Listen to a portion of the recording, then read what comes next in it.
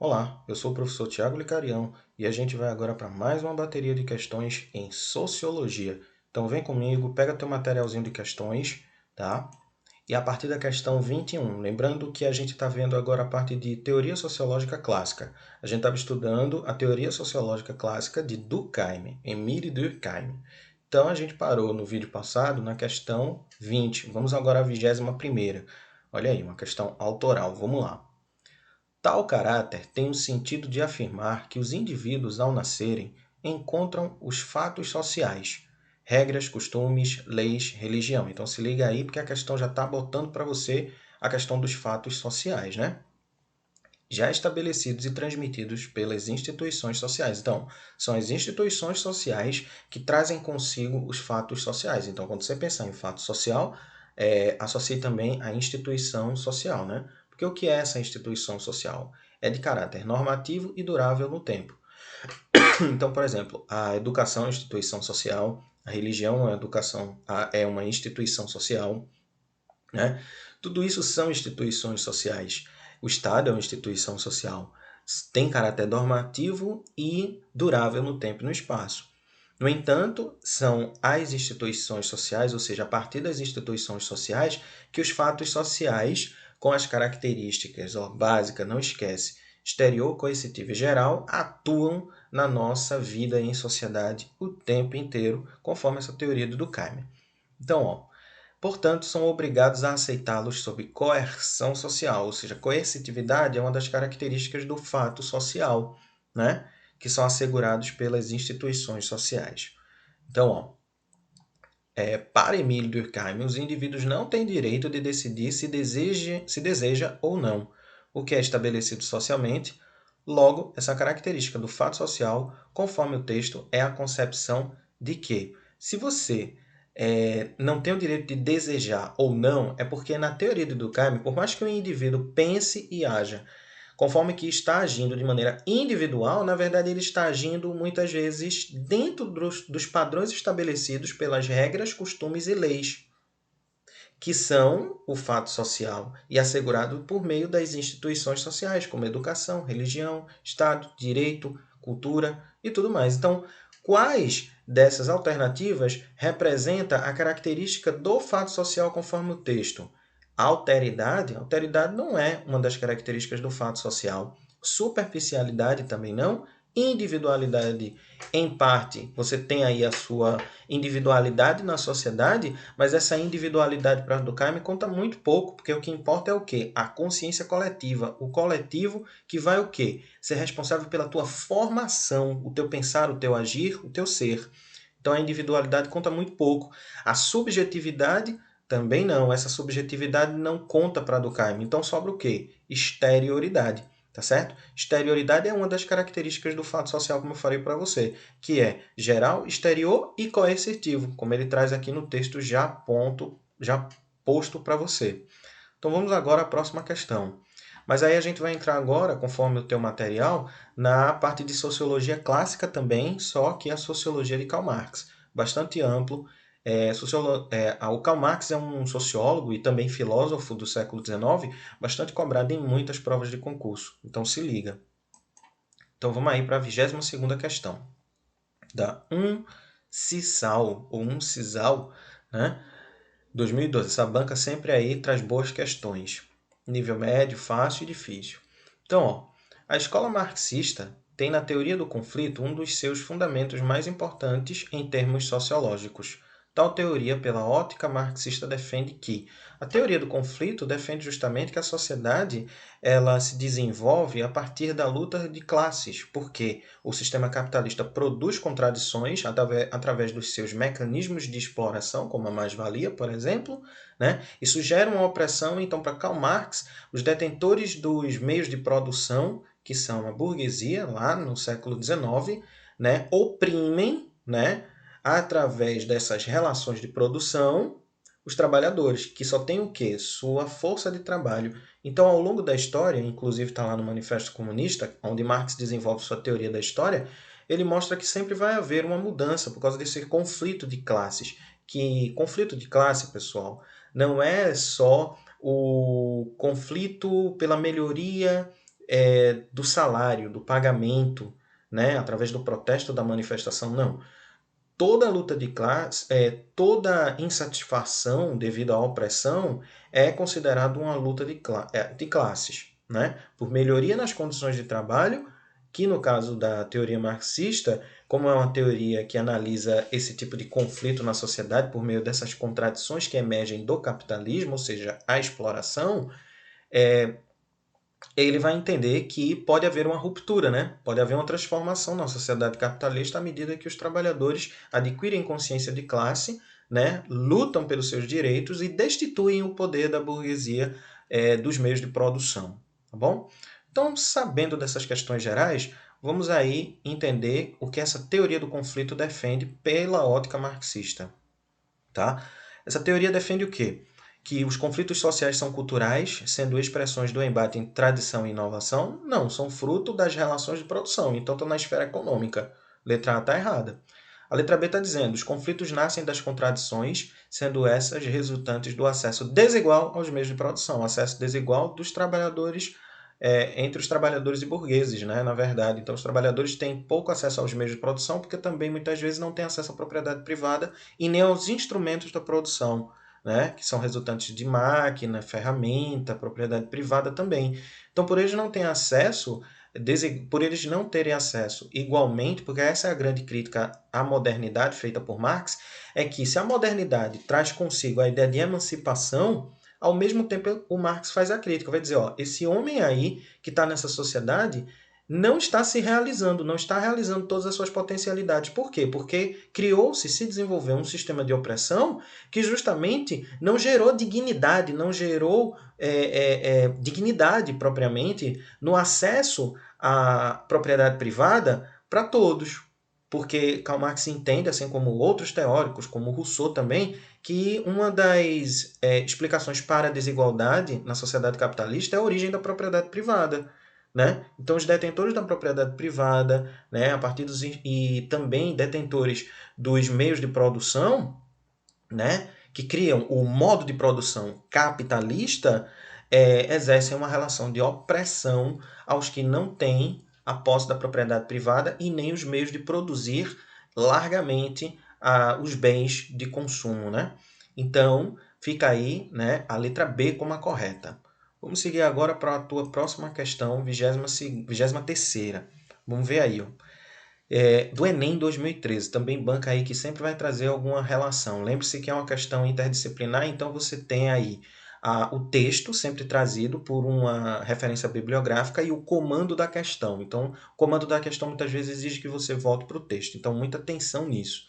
Então, ó, na produção social que os homens realizam, eles entram em determinadas relações indispensáveis e independentes de sua vontade, tá certo? Por quê? Porque muitas vezes eles não têm consciência de como essas relações são estruturadas, né? Então, por quê? Porque eles estão dentro de uma divisão social do trabalho que os aliena.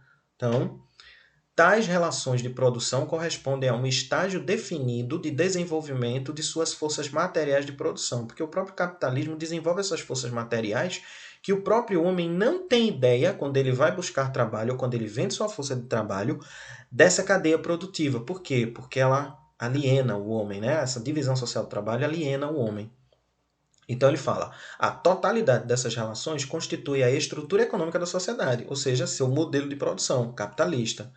Fundamento real sobre o qual se erguem as superestruturas política e jurídica e ao qual correspondem determinadas formas de consciência social. Presta atenção porque ele está botando um outro conceito aí. Superestrutura. Vê, superestrutura é como se fosse a capa da sociedade. Então imagina um círculo e imagina um centro. Né? Para Marx existe a casca da sociedade, que é a superestrutura, né? E o miolo dessa sociedade, que é a sua essência. A sua essência é a infraestrutura. E a sua casca dessa sociedade, né, é a sua superestrutura. Na casca da sociedade, que é a superfície, estão o quê? As estruturas ideológicas. Política, o direito, a religião, a família, as instituições sociais que são formadas a partir de ideias. Então, o homem nessa sociedade, O modo de vida burguês é assegurado nessa sociedade por causa dessa superestrutura, dessa superfície, dessa casca. Enquanto que as relações de exploração ocorrem aonde para Marx? No miolo da sociedade. Se a sociedade tem a superfície, ela tem uma essência, né? Ela tem uma casca, uma superfície, que é a superestrutura, e tem a sua essência. A sua essência é onde se desenvolvem o quê? As relações de exploração, que é onde se desenvolve as suas forças produtivas. A relação, né, que se estrutura das forças produtivas, das relações de produção entre os homens, ou seja, burguesia e operariado. E é aí que nessa essência, nesse miolo da sociedade, essa infraestrutura vai ser a base para a superestrutura que vai assegurar ideologicamente as relações, né, de produção. Então veja aí, né, eu acho que essa explicação que eu te dei vai resumir aí esses dois conceitos de superestrutura e infraestrutura muito bem. É só você não se esquecer que superestrutura é a casca, é a superfície da sociedade, enquanto que o miolo, a essência da sociedade, é a infraestrutura, onde se desenvolve o quê? As forças produtivas e as relações de produção, que são a base para a sociedade, né? Porque Marx está analisando a base econômica, né, que determina a superestrutura e que a superestrutura corresponde à produção das ideias, né? As ideias asseguram o modelo e aí o homem operário ele não tem ideia do que acontece diante das relações de opressão, porque ideologicamente ele está alienado por um modelo de vida o quê? Burguês. Então vamos lá. Para o autor, vamos no comando da questão. A relação entre economia e política estabelecida no sistema capitalista faz com que, então sabendo de tudo isso que eu te falei, fazendo essa leitura geral do texto, vamos lá. O proletariado seja contemplado pelo processo de mais-valia, não é contemplado, é oprimido, é expropriado, digamos assim, né? Porque a mais-valia é o valor, né? Uma porcentagem do valor não pago ao trabalhador, né? A partir de seu trabalho, da venda de sua força de trabalho. Então a mais-valia não o proletariado não é contemplado pela mais-valia, né? E sim alienado, já está alienado dentro de uma divisão do trabalho e o fruto do seu trabalho não é devidamente pago a ele na sua totalidade. Sempre uma parte da mais-valia vai ficar com o burguês ou para implemento da produção ou como lucro, né? Por si só. Então ele nunca vai pagar a porcentagem real do salário dele, tá bom? Então o proletariado não é contemplado, né? Tem até alguns termos fortes aí usados como se fosse roubado. Então seria isso basicamente, né? A letra B vai mostrar para a gente o quê? O trabalho se constitua como o fundamento real da produção material. E aí sim, né? Porque o trabalho para Marx é a essência da sociedade. E a partir do trabalho se constitui o fundamento real da produção material, aonde a infraestrutura, como eu falei para você, ó, a base, a essência dessa sociedade determina a superestrutura. E a superestrutura, por sua vez, assegura ideologicamente o ocultamento dessa opressão. Então, a superestrutura, a responsabilidade das ideias que estão na superestrutura é ocultar, né, a opressão que é desenvolvida a partir da relação de produção, ou seja, a partir da essência da sociedade, as relações de trabalho. Tá bom? Então, a letra B é a resposta correta. Vamos agora à 24ª, questão autoral exclusiva. Ó. Enfim, as normas, os valores, os sentimentos, os modos de pensar e de agir em sociedade são um reflexo das relações entre os homens para conseguir os meios necessários à sobrevivência. Então veja só, normas, valores, sentimentos, modos de pensar e de agir em sociedade são reflexo das relações entre os homens para conseguir os meios necessários da sobrevivência. Preste atenção nesse conceito. O que é que o comando da questão vai pedir? Conforme o filósofo e sociólogo Karl Marx, que faz uma crítica à sociedade capitalista, né, baseada na teoria do conflito do século XIX, as relações materiais de produção constituem o quê? Preste atenção, ele quer saber aonde se constituem as relações materiais de produção. Será que é na letra A, a superestrutura? Não, né? A superestrutura está mais ligada à questão das normas, valores, sentimentos, modos de pensar e agir, porque isso geram ideias. Então, a superestrutura, né, vai assegurar um modelo de vida para ocultar as opressões. Então, não é a letra A. Letra B, os meios de mudança? Não, porque isso não condiz com a dinâmica da questão. As fases do capitalismo, não, porque a questão não está pedindo sobre fases do capitalismo. Então vai o quê? A letra D, a infraestrutura, que é onde as relações de materiais de produção acontecem. Tá certo? Não é diferenciação da produção, porque ele não está falando, ele não está explicando sistemas diferentes, como sistema feudal, né? Sistema mercantil, sistema capitalista, não. Ele está falando das relações materiais de produção, né? Que é a partir disso que Marx vai fazer a sua crítica, né? A partir da análise do trabalho. Por isso que o conceito de trabalho é fundamental para você entender a sociologia do século XIX. Porque trabalho, né, um conceito básico, é toda atividade física e intelectual que o homem exerce. Física e intelectual. Toda atividade física e intelectual que o homem exerce é trabalho. Então, a partir disso, Marx vai analisar a estrutura social. E aí ele divide infraestrutura e superestrutura. O trabalho e essa produção dessas relações materiais acontecem fundamentalmente na infraestrutura. Não esquece disso, que sustenta a superestrutura e, por sua vez, a superestrutura, por meio das ideias, que são as instituições sociais, ocultam as desigualdades em virtude ou para assegurar a dominação burguesa. E por isso que ele fala, né? A ideologia burguesa dominante. Tá bom? Então, ó, questão 25. Segundo a teoria marxista, seus interpretadores compreendem que o Estado é a síntese da dialética da sociedade, mas invertem a relação, argumentando que o fundamento do Estado estava na sociedade civil e que era preciso superar a contradição entre sociedade civil e Estado. Né? Para os marxistas, os ideais de liberdade, democracia e direitos humanos não tinham conteúdo universal e seriam apenas expressões do homem burguês, ou seja, porque o Estado representaria, na verdade, as ideias que estão na superestrutura. Lembra quando eu disse para vocês que a grande crítica de Marx é uma crítica à modernidade? Que modernidade é essa que, com o iluminismo, prometeu a emancipação do homem política, né? Política e racional. E econômica também, por assim se dizer. Só que isso não aconteceu, porque existem homens nessa sociedade que almejam um modelo de vida liberal burguês, só que não conseguem. Né? Não tem propriedade privada, vende sua força de trabalho muito precariamente e vivem com muita dificuldade, com pouca ascensão social, inclusive, pouca mobilidade social. Então, esse ideal, na verdade, é ideológico. Ele não contempla a todos. Então, o conteúdo universal da ideologia burguesa não chega a todo mundo, não contempla todo mundo, não é? Fica só na teoria. Então, ele vai dizer, portanto, era necessária uma emancipação política para uma emancipação social.